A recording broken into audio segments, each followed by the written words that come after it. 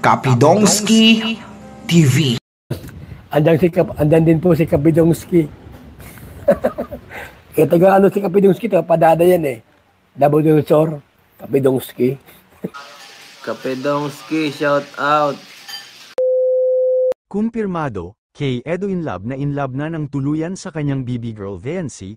Ang daming kinilig sa pag-amin ni Edo na inlove na siya kay Vency.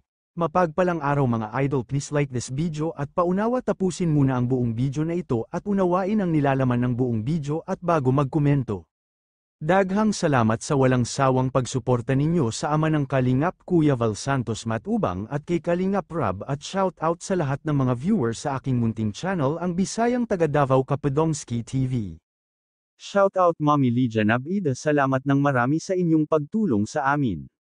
Grabe kilig na kilig ang buong community ng EDC supporters dahil sa nalaman nila na tuluyan ng na-inlove si kay Edo kay Vency.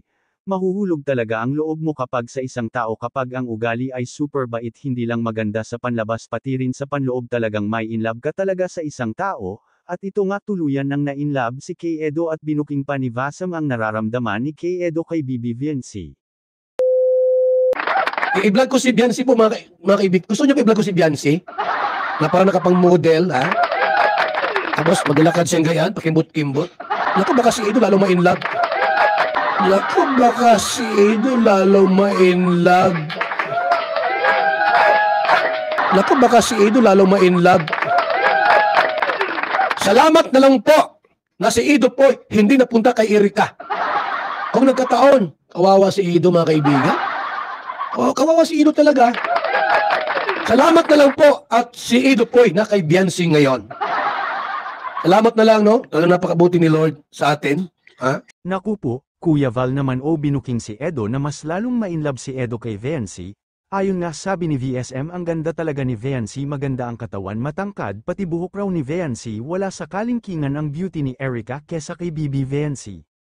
Kaya tuluyang nahulog ang loob ng ating kay Edo. At dito rin ang daming nagpapasalamat pati na rin si VSM na hindi napunta si kay Edo kay Erika dahil alam natin kung anong ugali meron si Erika.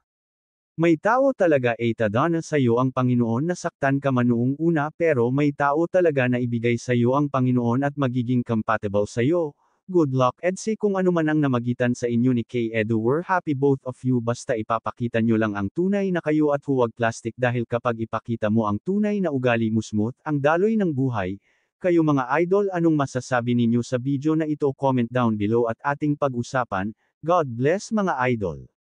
Akala ko'y di pa handa, muling tumibok ang damdamin, ngunit bigla kang dumating.